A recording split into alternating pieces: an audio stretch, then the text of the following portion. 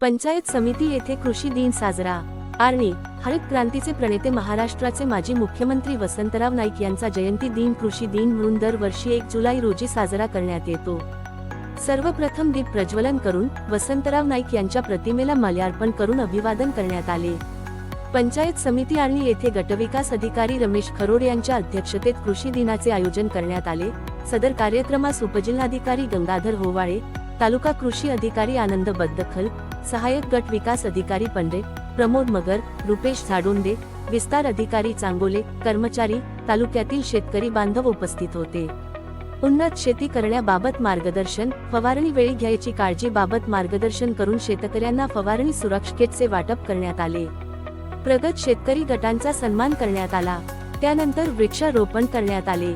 आर्णी मतदार संघाचे आमदार प्राध्यापक राज तोडसाम यांनी व्हिडिओ संदेशाच्या माध्यमातून वसंतराव नाईक यांचे अभिवादन केले। नमस्कार, जय सेवालाल। महाराष्ट्राच्या राजकीय आणि कृषी इतिहासामध्ये स्वर्गीय वसंतराव नाईक यांचं नाव बहुमानाने आदरण घेतलं जाते।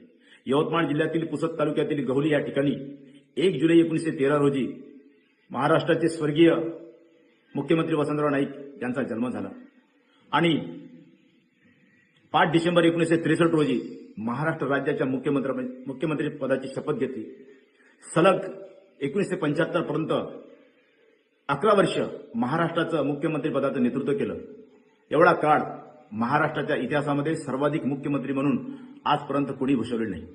अशा या स्वर्गीय वसंतराव नाईकांनी ज्यावेळी मुख्यमंत्री पदाचे सूत्र हाती घेतले त्यावेळेस खऱ्या अर्थाने महाराष्ट्रातला, राज्यातला शेतकरी कसा सुखी आणि समृद्ध होईल त्याकरता त्यांनी कृषी, सिंचन आणि आधुनिक शेतीवर भर दिला आणि म्हणूनच सातत्याने त्यांनी कृषी क्षेत्रावर केलेले प्रयत्न हे महाराष्ट्राच्या कृषी क्षेत्राला अग्रसर नेण्यासाठी अतिशय महत्वाची भूमिका निभावली आणि म्हणूनच मुख्यमंत्री म्हणून कार्यरत असताना त्यांनी शेतीच्या कल्याणासाठी अनेक कल्याणकारी निर्णय घेतले आणि म्हणूनच अशा या महान नेत्याला स्वर्गीय वसंतराव नाईकांना मी मानाचा मुजरा करतो आणि माझ्या आर्णी विधानसभा क्षेत्रातील सन्माननीय जनतेकडून आणि महाराष्ट्राच्या तमाम जनतेकडून मानाचा मुजरा करतो आणि त्यांच्या या जयंतीच्या निमित्ताने कोटी कोटी शुभेच्छा देतो।